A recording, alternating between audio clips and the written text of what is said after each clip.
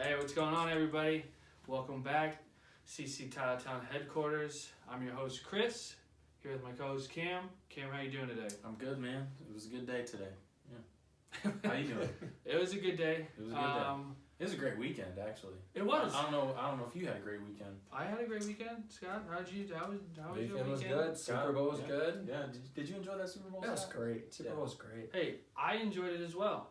I'm a fan. It was a great game. Congratulations to the Kansas City Chiefs, all you guys out there, the state of Kansas.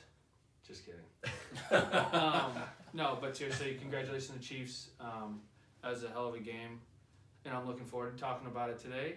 Obviously, one of the topics we have going on today. But before we get started with that, I think Scott has something to introduce. Yes, I do. Last week, Chris lost the debate, and so he has to face a punishment today. We have, for Chris, a shot of vodka Tell him. mixed with hot sauce and some steaming hot chicken broth. What kind of hot sauce we got? Hot sauce, What kind? hot. All right. So, this isn't gonna the broth isn't steaming to where I don't. it's gonna burn. I don't see any steam I don't coming know. up. I think you're good. It's probably All warm. right, okay. Room temp. It's gonna feel good. So yeah, he's gonna take this I'm gonna take this one back, so I have to take two. But I'll take the second one later a on. little later sometime. We can't have them too messed up, at the beginning of the show. Yeah. That's right. Not that I haven't had one or two jacks before this, wow. but that's okay. All right. So cheers to the first loser on the episode. Cheers. Cheers. Might be my last loss. Cheers.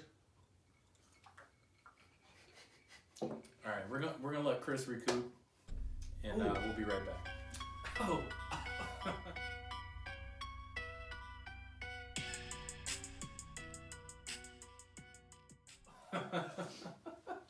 Oh. The hot sauce. It's the hot sauce, man. Yo. I almost threw up looking at you. Oh. It's not bad. My nose. It's the hot sauce. Like the Yeah. warmth of the broth and the hot sauce, like that burning feeling in your throat. But I feel like I don't even taste the vodka really. You probably don't. All right, welcome back, everybody. Chris he has recouped from the hot sauce, vodka, and chicken broth shot. Yeah. Man, that's rough. Beef broth, or was it beef broth? Or Some chicken? kind of broth. It was beef. It was Okay. warm, some kind of warm broth. I feel better than I did before. When you took it, man, you guys should have seen his face. Oh I'm my sure we'll put God. some bloopers on the end of this video for you guys. Yeah. But as you can see, Scott is not in the video anymore. He's still here in the background. Scott, let him know you're here. I'm here. See, he's still here. He's here. So he's gonna kind of keep track. He's gonna keep tallies. He's gonna keep score. He's gonna do all his stuff. He's gonna be behind the scenes. We'll still talk to him. He'll still talk to you.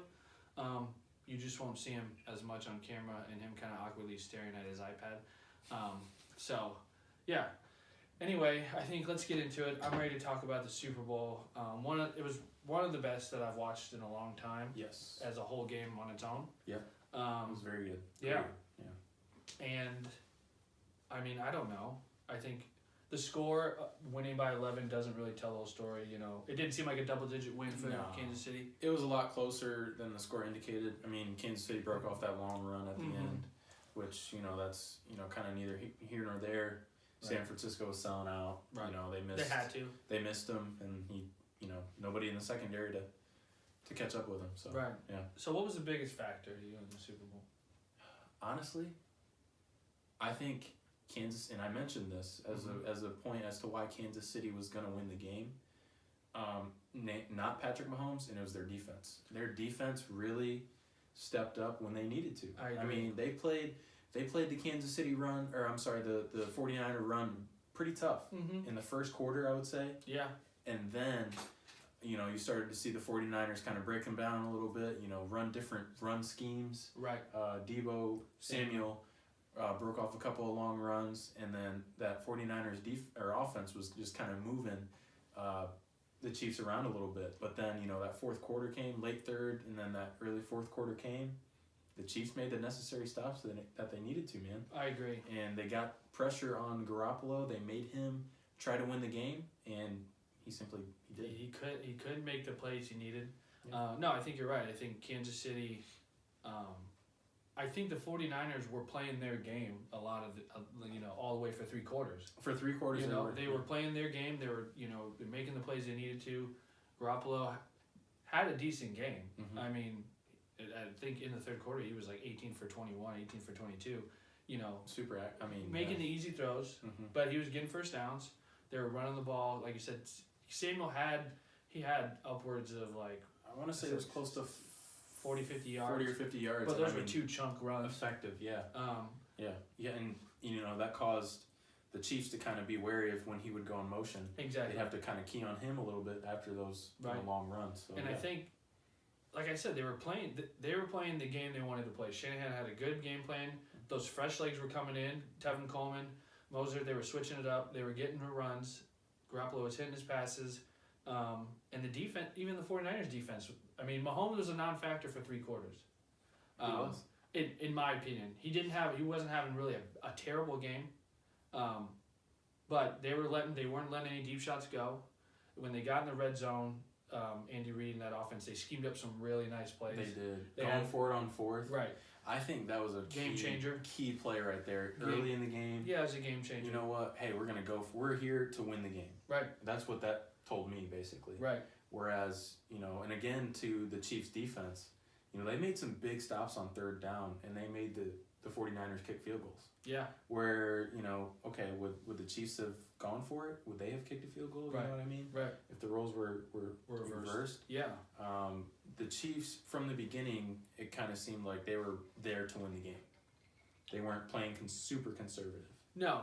And the field position that they had helped make those decisions on 4th down. Mm-hmm. I mean, Mahomes looked like he was out of his element, though. He Oh. didn't look too comfortable those first 3 quarters. No, he did not. You know what I mean? That D-line was getting to him. Bosa, I mean, he had 12 pressures as a rookie. That was like, I think, some type of record. He would have been Yeah. MVP if they would have pulled the game out. Mm-hmm. But in your opinion, do you think the Chiefs won the game or the 49ers lost it? Look, Mix of both. Anytime I saw this point, I can't take full credit for this point. Max Kellerman on ESPN, he was kind of talking about, anytime you have a big lead blown, late in a game, it's kind of a combination of both. It's never usually one team absolutely just gives it all up unless something astronomical happens. Right. But I think it was a combination of both, but mostly the Chiefs in that 4th quarter, the whole team, they played a whole team game in that 4th quarter. Defense stepped up, and then the Mahomes and the offense came alive. So I think that's more the Chiefs kind of winning the game. So if you went like 60-40, type it to 75-25, something like that. Yeah. Yeah. You got to give credit to the Chiefs, man. They made the necessary stops. Right. Mahomes came alive. That long, 44-yard pass to Tyreek Hill. That right there. Once he did that, boom, the light came on. Right. And that offense was clicking. Right. Yeah, I don't know. I would say, yeah, I would agree. It's a combination of both, but I'd have to go with the other side. I think that it was the 49ers game to lose all the way into the 4th quarter a little bit, Mm-hmm. It was theirs to lose.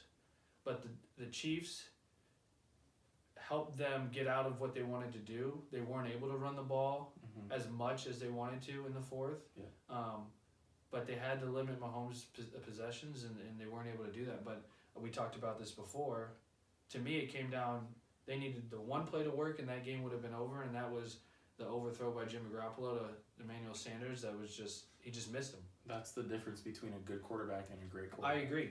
I absolutely agree. But like I said, I think if that play was made, that would have been the game. That would have been the game, in my opinion. And it goes back to the Shanahan play calling, too, to end the first half. Yeah. You have 3 timeouts with 1 minute and 40 seconds left, and you don't use one. Yeah. That to me, and we don't know this, we're speculating, but that tells me something about how you trust your quarterback. You don't. Or maybe you trust your defense. You know you're getting the ball after the half, but you got to go for it. You would think, yeah. And I'll say one last point, and it's not huge, but there were some controversial calls. I don't want to say they weren't made the right calls, but it seemed like every controversial call went to Kansas City.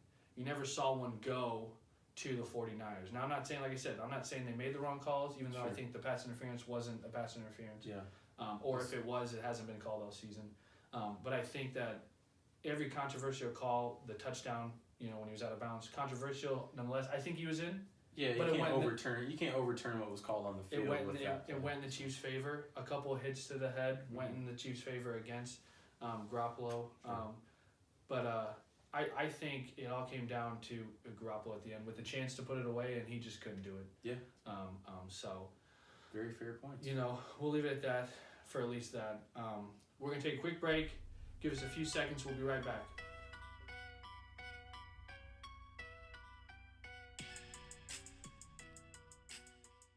Don't forget to go check out our buddies. Okay. Yeah. Welcome back, everybody. Don't forget to go check out our buddies over at Against the House Podcast. They run a sweet sports betting podcast. So all your, everybody's sports bets nowadays in Indiana. Go give them a follow. Go give them a shout out. Check out their website. They got a lot of good stuff on there. I think you guys will really enjoy it.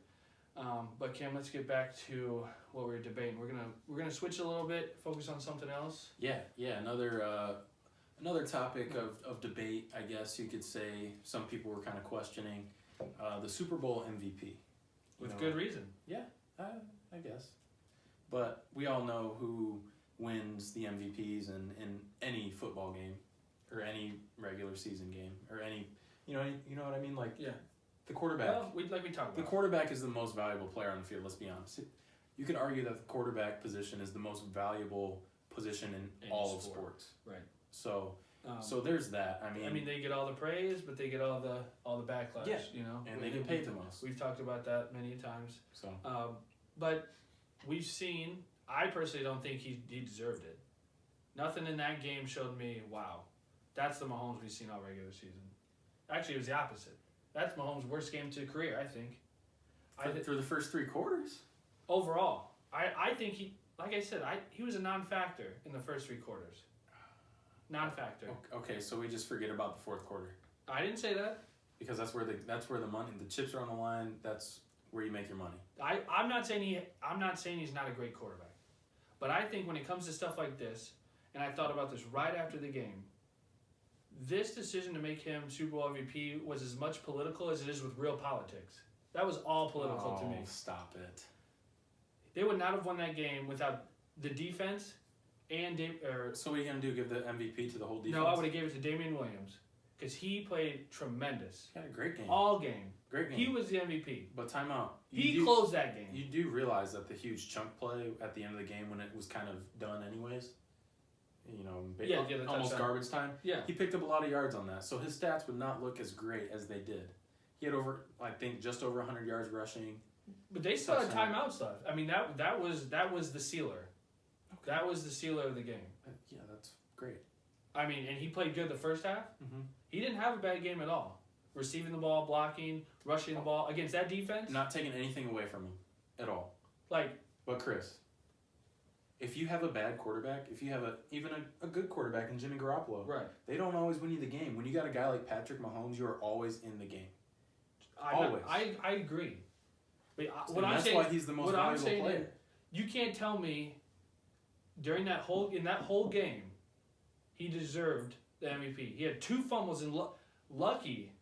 Both of them weren't turnovers. He didn't lose a fumble. But he had 2 terrible interceptions. Okay. Both terrible throws crucial times. I will give you that. 2 terrible throws. He also had 3 total touchdowns. 3 total touchdowns. One of them was a nice rushing touchdown. One of them was the rushing touchdown was a very well schemed play. Mm-hmm. And so was one of the throwing touchdowns to Travis Kelce, both inside, I think, the 6-yard line. Mm-hmm. That's very well schemed up plays by the offensive coordinator, Andy Reid. So we didn't see any of those. We didn't see any fancy throws. We didn't see any. We saw 1 deep throw to Tyreek Hill that was underthrown. Broken coverage. Timeout. You keep saying underthrown. When the receiver has to stop Listen. on a dead sprint, that's underthrown. Listen, he took an 11-step drop from the shotgun. Okay. Drifting to his left and getting hit. Throwing the ball almost 60 yards in the air. Dude, that's a hell of a throw. I couldn't even imagine making that kind of throw. in that situation when they needed it on 3rd and 15, he didn't just try and throw a little crossing routes, hope the guy gets a first down like most quarterbacks do. Right. He took a shot downfield. You know when we say Aaron Rodgers, any quarterback, they kind of just throw the ball up, right? They launch it. We see a guy open, hope he goes and gets it. He threw the ball in the general direction, hoping Tyreek would go get it. Tyreek literally had to stop his route to go get the ball. Chris. That was broken coverage defense, and that was his best play of the game. I don't think that was his best play. What was his best play of the game? Dime throw to Sammy Watkins. Sure. Second best play then was that one. You would argue. And when he broke the tackle from Bosa, and then I believe he either scrambled or threw it. I can't remember if it was to Kelsey on that one. I forget. Where he broke a lot of tackles in the backfield. He prevented a lot of sacks. The best quarterback in the league should do that, right? Oh. I never said he wasn't. Okay. I've never said he was not the best quarterback in the league. Here's a stat for you. The Chiefs are 5-0 when trailing by 10 plus points this whole season. That includes the 2 playoff games. Well, 3 now. Three playoff games. Patrick Mahomes leading his team once again from 10 points down. You're telling me that the quarterback does not deserve the MVP? I don't. The quarterback The quarterback has the ball on every single play. He's the most valuable player by default. He had a bad game.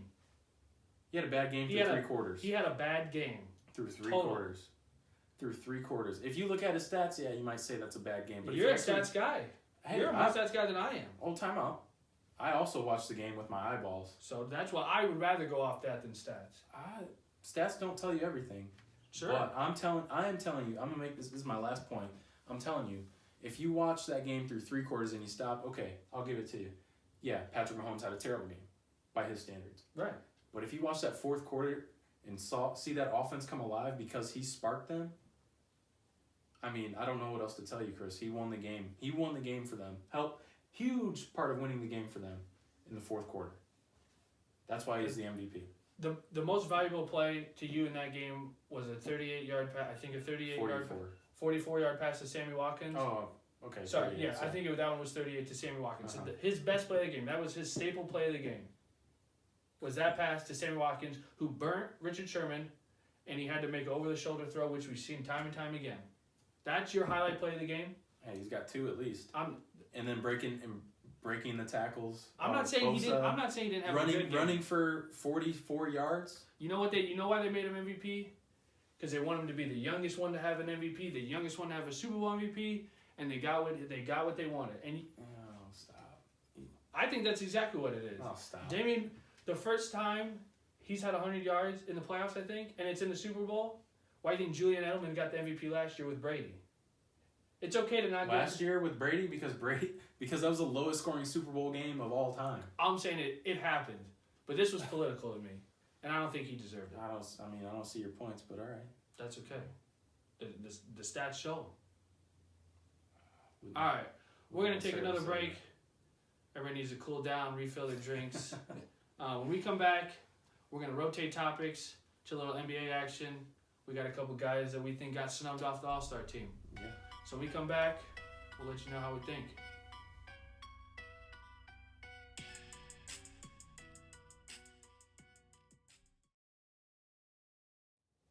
All right, we're back, everybody. Like I said, we're going to rotate topics to some NBA All-Star weekend draft or picks, snubs specifically. Yes, that's kind of what we're going to focus on. I think, and there's a lot of people we saw on the internet that had a couple names on some snubs on, who did make it. Yeah. Why didn't they make it? And some people that did make it, where you're kind of like, how the hell did he make it? Right. You know what I'm saying?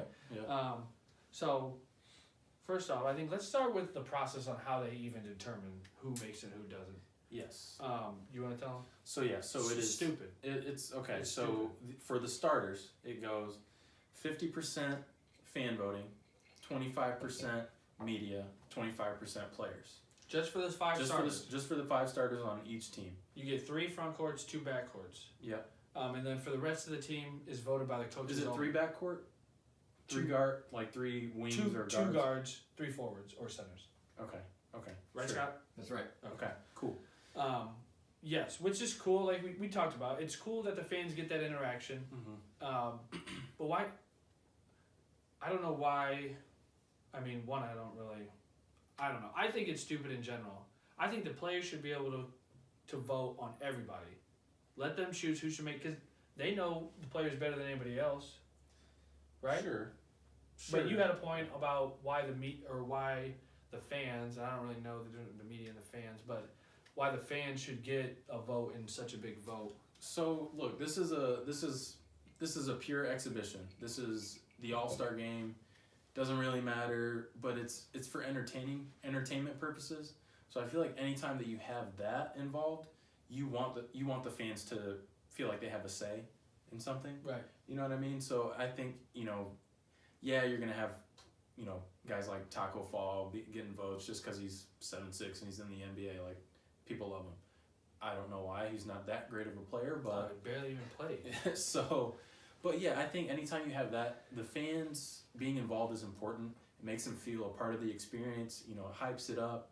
It gets social media and everything like that. Right. The NBA is it's a business. Right. Just like any other sports, business out there. Right. So you want your fans, you want your consumers to feel like they have a say. I get that point, and it makes sense. I don't think having the fans vote is going to drive up ticket prices for All-Star Weekend. People are going to flood to that event like crazy anyway. And the other thing is, what happens, I would say, a lot of NBA players take pride in making the All-Star team, right? Yeah. That's a big deal, Mm-hmm. right? Sure. So I'd be pissed if Alex Caruso from the Los Angeles Lakers makes the All-Star team and I don't when I deserve it. Or at least I think I deserve it, and a lot of people think I do. I just got snubbed, right? Sure, but most of the starters, I don't think ever don't deserve it. I mean, like, did Trae Young deserve it? His team's record is terrible. Okay, don't bring the record up, because we have a guy, our boy. We got a couple guys. Zach LaVine, and that Okay. doesn't have a great record. But he's fine for the 8th seed. 2 games back of the 8th seed. You're looking at the Hawks in last in the East at 13-38, and you mean to tell me he should be the starting point guard for the Eastern Conference All-Star game? Okay, so I think that leads us to another question then. And if I think I know where you're going, I mean, you go with it, and I'll kind of tell you. Okay, What I think. so in an exhibition, right? Do you really worry about if a player's team has a great record or not? Do you really, or do you want just the best players, the most entertaining players, the guys that are going to give you a great show? Right, that's what we talked about. We want, it's a show at the end of the day. Yeah. It's all highlights, flashiness. That's what it is. Yeah. So I'm with you on that point. Mm-hmm. But you mean to tell me Zach LaVine isn't flashy? Which is why, yes, I totally agree that he. If needs not to be more an flashy All-Star. than Trae Young. Trae Young's a wannabe Steph Curry in my opinion. Hey man, Trae Young's balling. I'm not saying he's not balling. But at top 5 in the league in scoring. at some point that balling's got to 29.2 translate. points That's a got to game. translate to wins at some point to be balling. Would you not say basketball is a team game? Yeah. Would you not say a lot of those wins fall on other people? Not like it does in other sports. Not like football. Basketball is the one sport you could have one really good guy and you can make something out of it. The one sport where it can happen. Yeah, like look, that. that's fair, but I've heard that argument from You several better hit a people. tally right there. Listen, chill. Chill. It's Listen. the one sport where you can have one all-star, superstar, and a bunch of role players and make it. Listen, the only guy that can take a bunch of role players in today's NBA like that, probably, in his prime was probably LeBron James. In today's prime. Look, You I kind of saw understand. Leonard, you could consider, like Kyle Lowry, I think He was an all-star. I think he even made it this season, and he shouldn't have. He shouldn't have. So he's not. Pascal Siakam this year is an all-star. Yep. He was a good player, but he wasn't all that last year. Yep. So but I mean, it but can a lot be of done. that is coaching. Sure, And they play with a lot of confidence because they just won a championship. So they're kind of riding that wave and they're playing well. They know how to play together. They played 20+ games without Kawhi last year. Right. So they gel really well together. So I don't want to say Shoot, the they only do it in guys. Milwaukee. They do it in Milwaukee. I was gonna say Giannis. Giannis is Chris a beast. Middleton, He made the All-Star team, but I mean, he ain't flashy. he made it last year too. But he ain't flashy. He ain't all that. Does he deserve to be on an All-Star team? Do you think? Not over Devin Booker.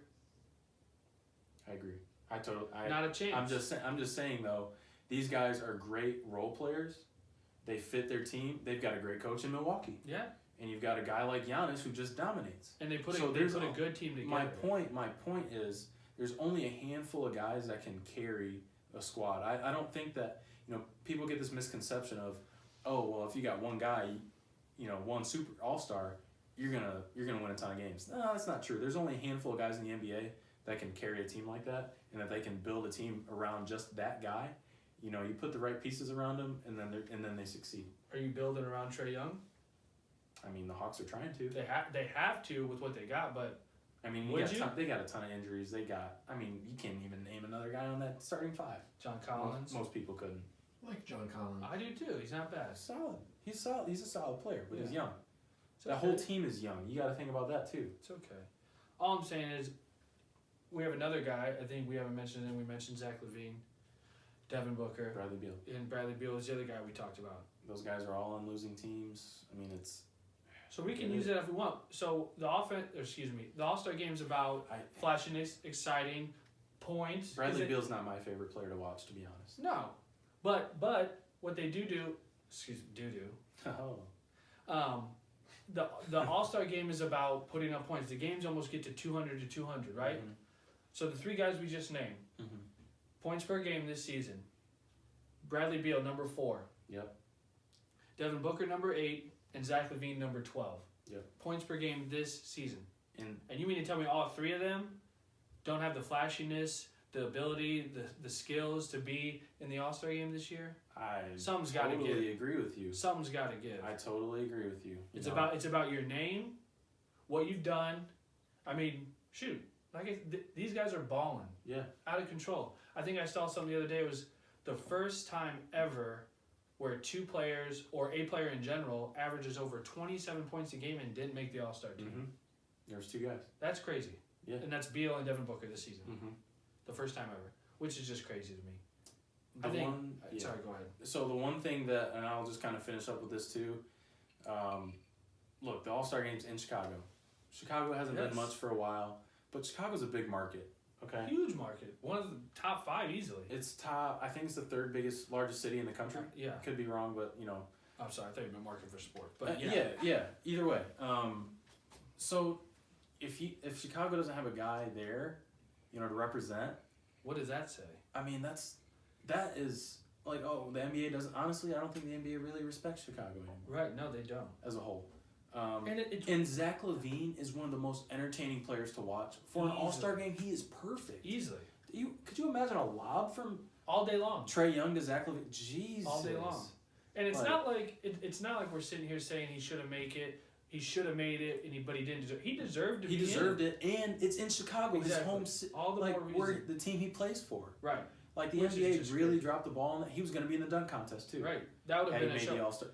And I saw he signed up for the 3-point contest. But imagine him being in the All-Star game, the dunk contest, and the 3-point. Hometown guy. All weekend long. That would have been awesome. So very upsetting. That's the one that makes me the most upset. Obviously, because I'm a Bulls fan. So yeah, I mean, seeing these other 2 guys not make it. Brandon Ingram, great player, most improved, but still, I don't know, man. Chris Ingram Paul. Look, Chris Paul. 24 points. Chris Paul got in for his name. I mean, he's playing. 17, 6, and 5. Come on now. Okay. I'm not trying to get in with that. All right, but they're winning. So Donovan Mitchell, 24, 4 and 4. They're winning. And he's an entertaining player too. I'm not saying he's not. Jason Tatum, good improved player. He averages 21, I don't 3 assists and 6 rebounds. But they're winning. And Kyle Lowry, I'm just Chris. But they're winning, and that's what the NBA it seems like the reserves they're focusing on. So yep. It's either you focus on the guys that are winning or you put the best, most entertaining players in the game. I think they need to go that route. I agree. Oh, just frustrating. Oh man. I know. All right, we're gonna take one more quick break. We'll be right back.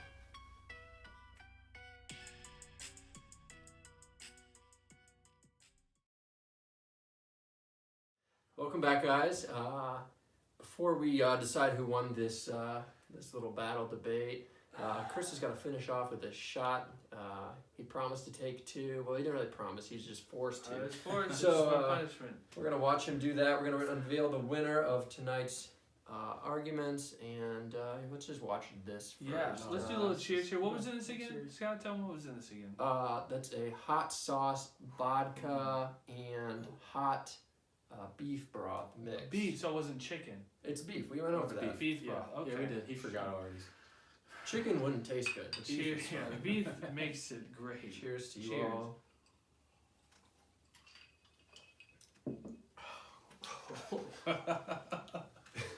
Was it? Just in case. We're good, guys. Man. Try that. It's delicious. Yeah. Promise you. What do you call it? We gotta come up with a name for that. So somebody once that I know called that the Velociraptor. So throw it back to anyone who remembers that. Oh man. My I eyes are don't know watering. why. My eyes are watering. Yeah. Okay, Scott, come on. Who won? Who won?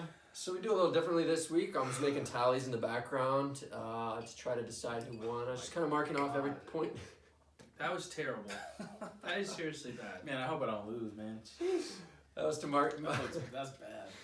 I was marking off every point that the guys made, and so honestly, it was very close. I'm a little nervous. We won't man. do a drum roll. That was this not. week. That was No not drum good. Like roll. I don't want to do that again. Final score. Here we go. You gonna turn it that way? Which way do I turn it? Just turn it. Jesus Christ. Oh. 35, Yeah. 34. Chris took it this week. That is the one for punishment next week. Try it. But Bounce hey. back. Maybe you guys felt differently. I don't know. We'd love to hear. Yes. Feel free to comment, message us. We're on Instagram, Twitter, Do you Facebook. wanna Yeah. Did you want to try smell that? it? I'll sniff it. That's a little bit of what you got coming next week. Oh, smells like barbecue sauce. Well, it definitely That's doesn't good. taste. It does not taste like Good. barbecue sauce. I'll tell you that. Or hot sauce, whatever. Awesome. You're looking at a new winner. We need to get like a belt, like a champion belt for the week or something. That'd be kind of Listen. cool. Anyway, thanks for tuning in, guys. Tune in next week. Catch Cam and his punishment. Like I said, check us out on Instagram, Facebook, Twitter, and yeah, we'll catch you guys next week. Do you have something to say? Cheers. Cheers. See ya. See you guys. Sick.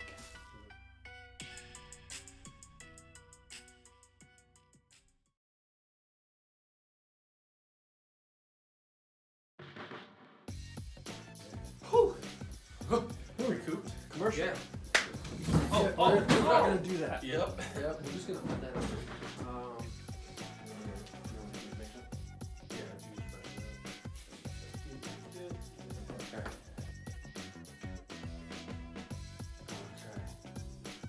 Are you okay? Yeah, there you go. Hey, welcome back, guys. What? I need to restart. Welcome back, guys. Don't forget to go check out my birthday. I psyched myself No, you're good. I just had like a little smile on my face. So I think I goofball would start. Always look that way. Sorry. Alright, welcome back everybody. Yeah. I don't know. I'll start. Welcome I back. fucked it up. Okay, you ready? I'll start. Alright. Are you good? I'll Yep, start. I'm good. Yep, Yep, go ahead. Me and Cam are like touching legs over here. Shit, we're rolling. Uh,